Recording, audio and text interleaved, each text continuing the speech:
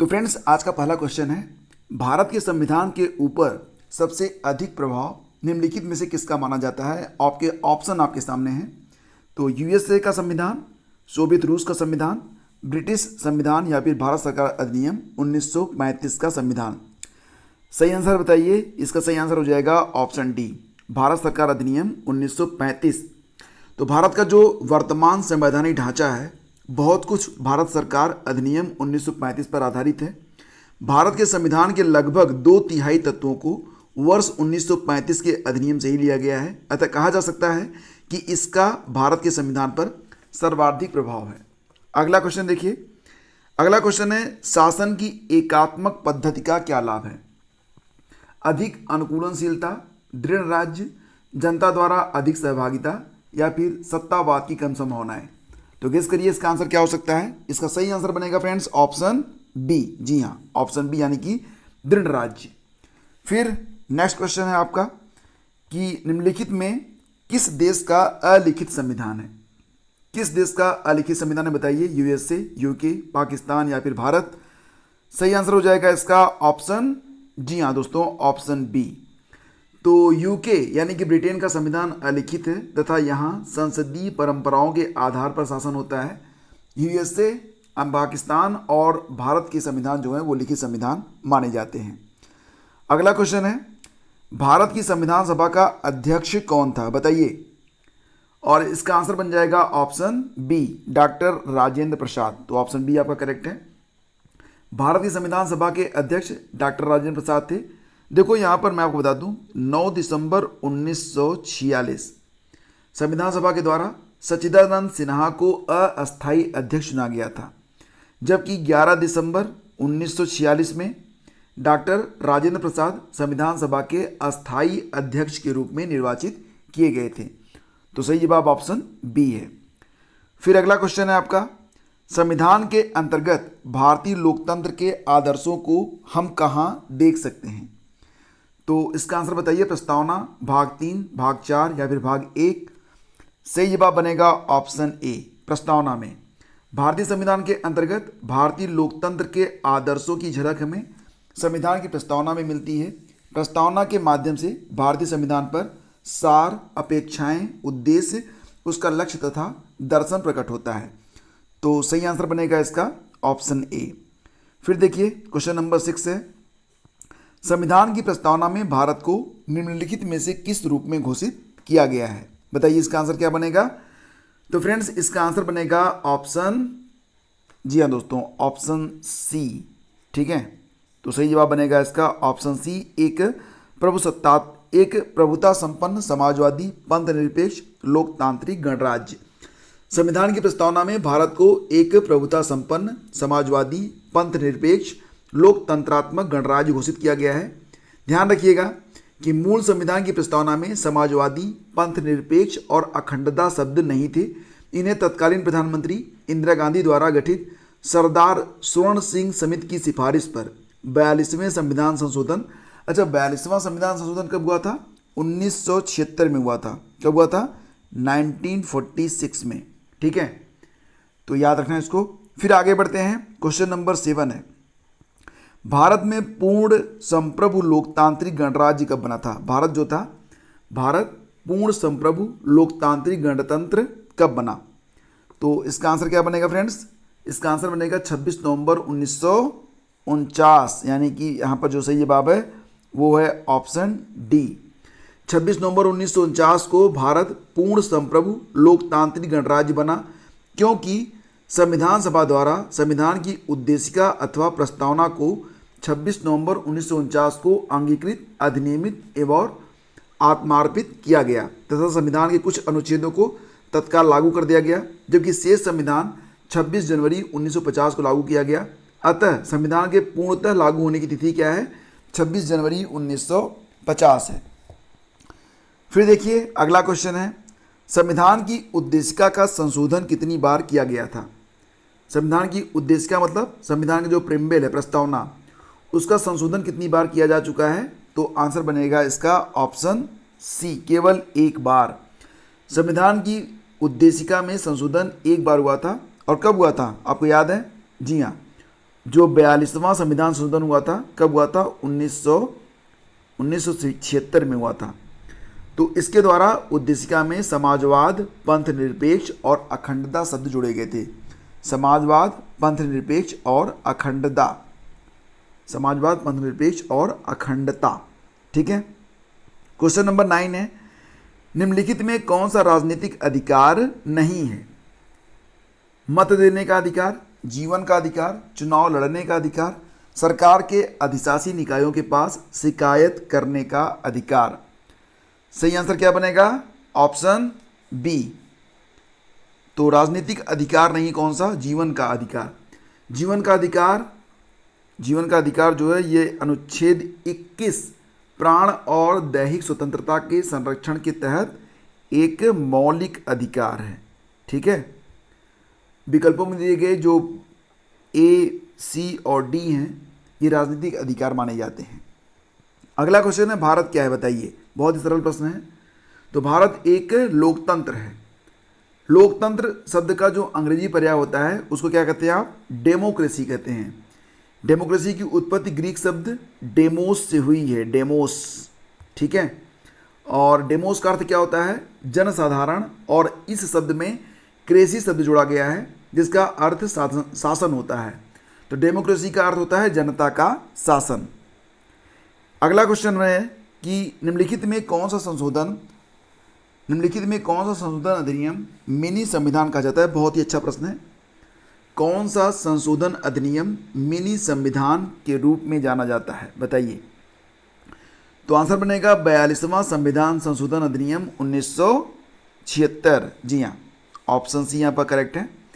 42वां संविधान संशोधन अधिनियम 1976 को मिनी कॉन्स्टिट्यूशन यानी कि लघु संविधान माना जाता है। इस संविधान संशोधन के तहत प्रस्तावना के साथ साथ संविधान के कई अनुच्छेदों में संशोधन किया गया था। अगला क्वेश्चन है, भारत में एकल नागरिकता की अवधारणा अपनाई गई है तो कहाँ से? इंग्लैंड से, यूएसए से, कनाडा से या फिर फ्रांस से?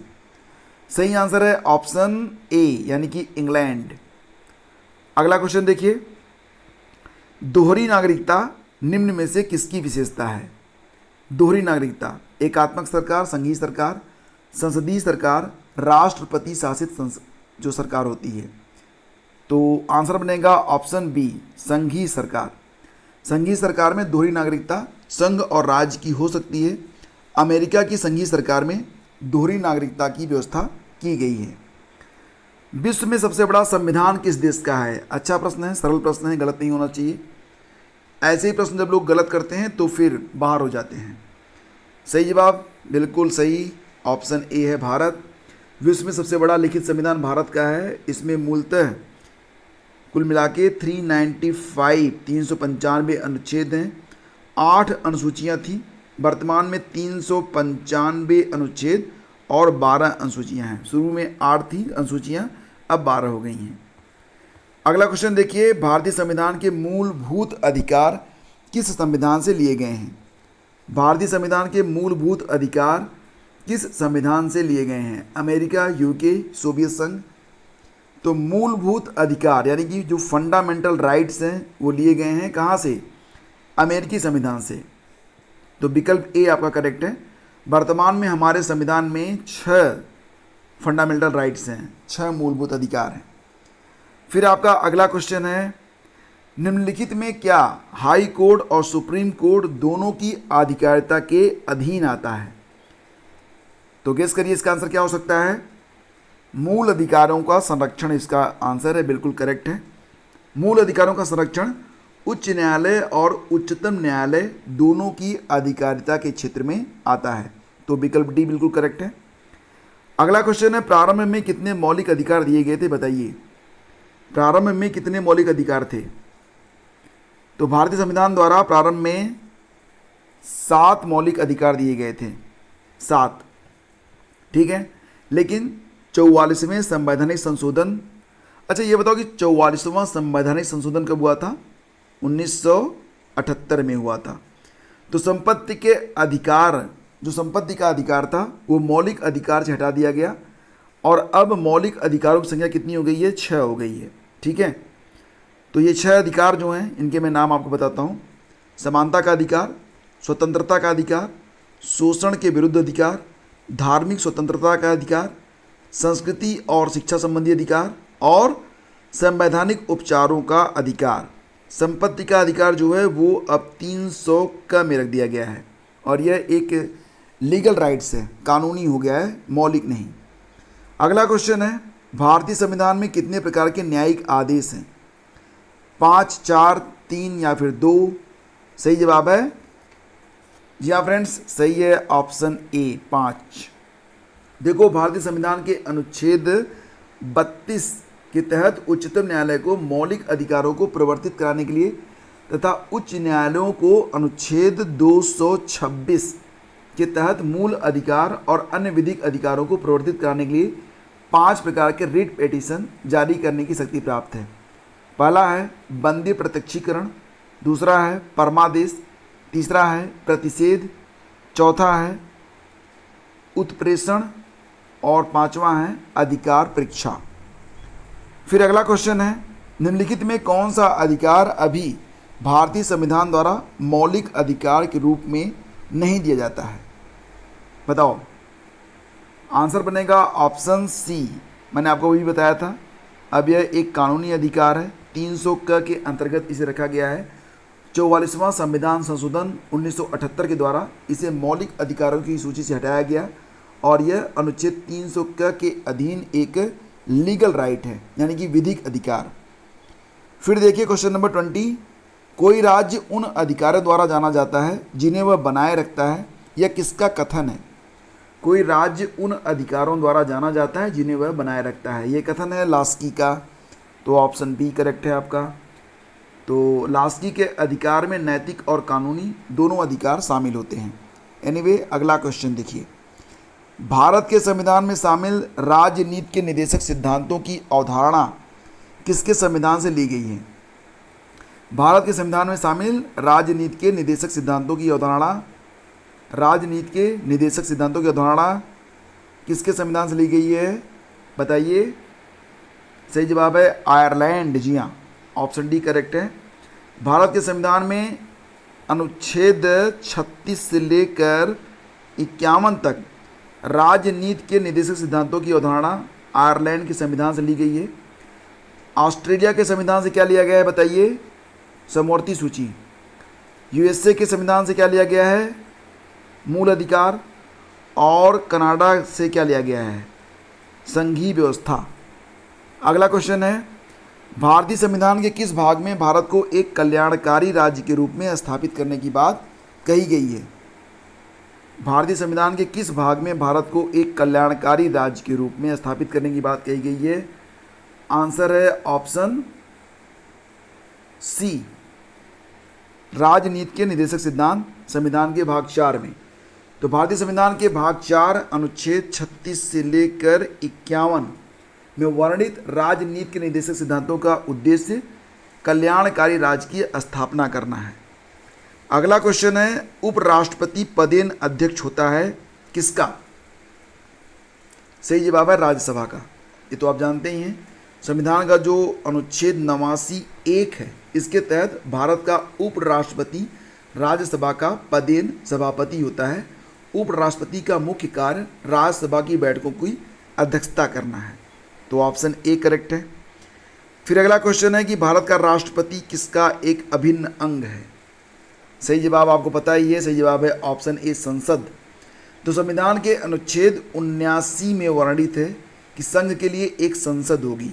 संघ के लिए एक संसद होगी जो राष्ट्रपति और दोनों सदनों से मिलकर बनेगी। तो राष्ट्रपति, राज्यसभा और लोकसभा मिलकर संसद का निर्माण करते हैं। अगला क्वेश्चन है, निम्नलिखित में वह कौन व्यक्ति था जिसे भारत के राष्ट्रपति के रूप में निर्विरोध चुना गया था? डॉक्टर एन संजीव रेड्डी को। ठीक है, डॉक्टर एन यानी कि नीलम संजीव रेड्डी भारत के किस क्रम के राष्ट्रपति थे? 6ठे क्रम पर थे। उनका कार्यकाल कब से कब तक था? 25 जुलाई 1977 से लेकर 1982 तक उनका कार्यकाल रहा था। अब आपके लिए एक प्रश्न है, इसका उत्तर लिखिएगा जरूर। संसद के दोनों सदनों का सत्र कौन बुला सकता है? तो फ्रेंड्स इसका आंसर बताइए और टेलीग्राम चैनल पर आपको ये पीडीएफ मिल जाएगी। पीडीएफ को डाउनलोड करिए और एक बार फिर से रिवाइज कर डालिए इन प्रश्नों को। ये प्रश्न बहुत ही इंपॉर्टेंट है, एग्जाम में गलत बिल्कुल भी नहीं होने चाहिए। रोज़ रात 8 बजे आपको पेट और वीडियो परीक्षा के लिए एक प्रैक्टिस सेट इस चैनल पर उपलब्ध कराया जाता है, तो डेली 8 PM विजिट करना बिल्कुल भी मत भूलिएगा। Thank you.